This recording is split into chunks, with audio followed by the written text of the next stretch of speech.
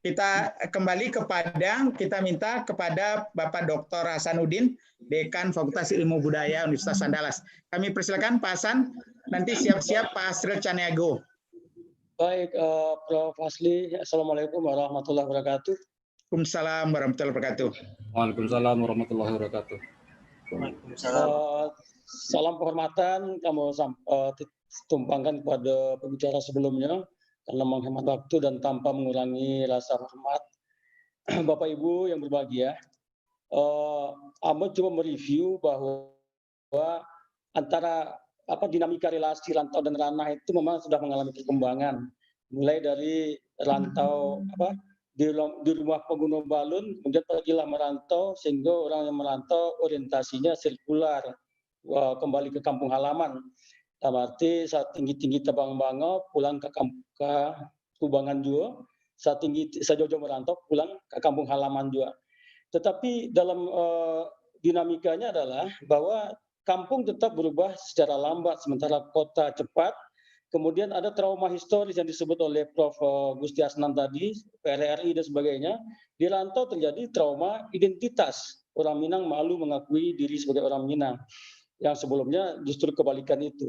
Kemudian ekonomi tidak berkembang di Sumatera Barat, di Minangkabau, karena apa? Sumber daya alamnya terbatas. Orang sepertiga sampai setengah dari penduduk Sumatera Barat itu adalah bertani. Sumber daya alam yang lain tidak ada. Kecuali nanti dalam pikiran kita adalah kalau pariwisatanya berkembang dengan baik. Kemudian kampung itu sepi, ditinggal perempuan. Karena ketika trauma historis PRRI kan eksodus luar biasa, besar-besaran ke rantau. Sehingga kampung sepi, ditinggal oleh perempuan, anak-anak atau orang tua, dan kadang-kadang dikuasai oleh orang lain. Akhirnya juga yang terjadi di rantau adalah ikatan emosional kampung halaman agak menipis karena kekecewaan dan sebagainya. Kemudian orang kampung halaman itu rindu perubahan, sesuatu yang baru, yang indah, dari modernitas dan sebagainya itu diinginkan, tetapi akibatnya terjadi nilai. Oleh karena itu perlu uluran tangan dari perantau, tetapi dalam tanda petik adalah jangan campur tangan. Ini fenomena yang kita lihat ya. Orang rantau rindu kampung halaman, mungkin akibat karena nostalgia atau cinta Minangkabau, yang seringkali disadari kecintaan kepada Minangkabau itu ketika sudah berada di rantau. Ketika di kampung tidak disadari kalau sesungguhnya budaya Minang itu indah, bagus dan hebat.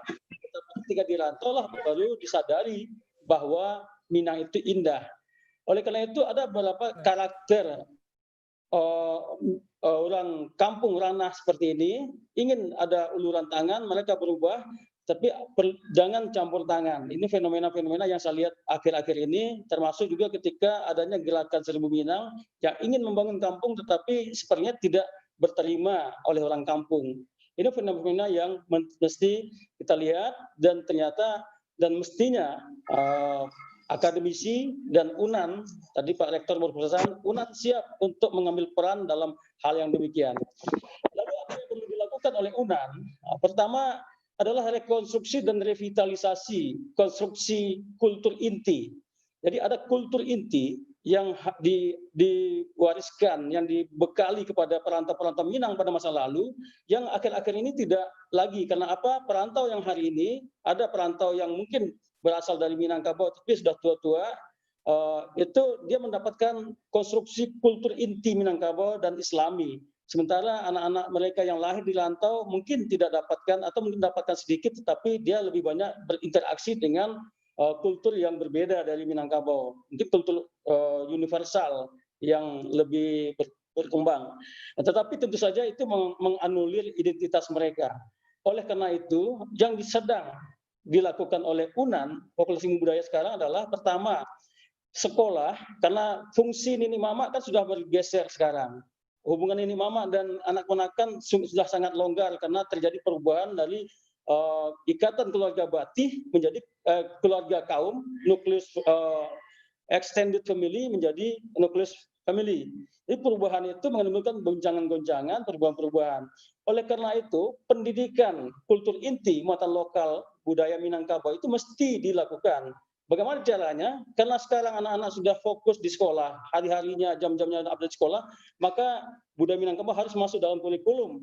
Jadi sekolahlah yang merupakan institusi yang memiliki kewenangan untuk memaksa anak-anak belajar adat. Oleh karena itu harus masuk ke kurikulum. Sekarang, dulu sudah ada tahun 94 kurikulum budaya alam Minangkabau, tetapi karena perubahan kurikulum 2013 ini hilang dan sebagainya, maka kita munculkan kembali. Tahun ini, insya Allah Kota Pariaman siap dengan kurikulum baru yang kita konstruksi, kolaborasi UNAN dan ahli kurikulum di UNP, itu siap bulan Juli nanti sudah berlaku kurikulum muatan lokal dengan nomenklatur bahasa dan sastra Minangkabau. Isinya adalah budaya Minangkabau, adat Minangkabau, dan sebagainya. Kemudian untuk kultur inti itu kan ada dalam bahasa dan sastra, bahasa dan budaya. Oleh karena itu, Perda Provinsi sudah ada, nomor 2 tahun 2019 tentang pelaksanaan pendidikan, sistem pendidikan, tetapi belum diimplementasikan di tingkat kabupaten kota. Maka ini UNAN siap sedang menyiapkan konstruksi itu bekerjasama dengan DPRD Provinsi. Kemudian juga struktur nagari, pemerintahan nagari yang genealogis, karena yang berkuasa di nagari dan sistem nagari adalah para penghulu adalah wakil dari seluruh anak ponakan, maka sistem penguasaan perwakilan di nagari mesti direkonstruksi kembali. Sistem desa yang diberi peluang oleh Undang-Undang Nomor 6 tahun 2014 itu mesti ada masuk sistem nagari yang sesungguhnya, karena sistem nagari yang berdasarkan peraturannya sebelumnya itu masih dianggap sebagai masih sistem desa sentralistik dan seragam. Oleh karena itu kita juga sedang melakukan rekonstruksi sistem bernagari yang ideal yang bisa diakomodir sebagai hukum sistem desa adat. Kita bekerjasama antara UNAN, UNP dan UIN saat ini, dan insya Allah tahun ini akan ada rancangan naskah akademik dan kurikulum. Kemudian untuk rantau, apa yang perlu yang disiapkan? Jurusan Sastra Minangkabau UNAN sedang menyiapkan program kursus yang berbasis digital dan juga manual. Yaitu yang disebut oleh kawan-kawan di jurusan Sastra Minangkabau itu adalah Minangkabau Global Community, jadi MGC, yang di situ anak-anak perantau Minang bisa terlibat, berpartisipasi atau menjadi peserta. Dan saat ini sudah ada 2 mahasiswa dari Korea Selatan yang berminat, tetapi karena COVID-19 mereka belum jadi datang. Jadi ini program yang ditawarkan oleh Fakultas Budaya, UNAN, dan jurusan Sastra Minangkabau untuk bagaimana Minangkabau itu bisa ditawarkan untuk pendidikan di anak-anak perantau kita, diaspora yang tersebar di seluruh dunia. Dan yang kedua adalah apa yang disebut oleh Pak Burmalis tadi, memang Tan Sri, Yang Mulia Tan Sri Rais Yatim sudah mengatakan, kok di studi saja Minangkabau di UNAN katanya. Kita sudah siapkan dan ada beberapa gambar yang tidak bisa kita share ya. Ada gambar yang sudah kita siapkan. Pada tahun ini UNAN berencana untuk membangun sebuah apa yang diminta oleh Pak Suryadi pada beberapa pertemuan yang lalu, bahwa perlu memindahkan arsip dari Leiden ke UNAN, ke Minangkabau, ke Sumatera Barat.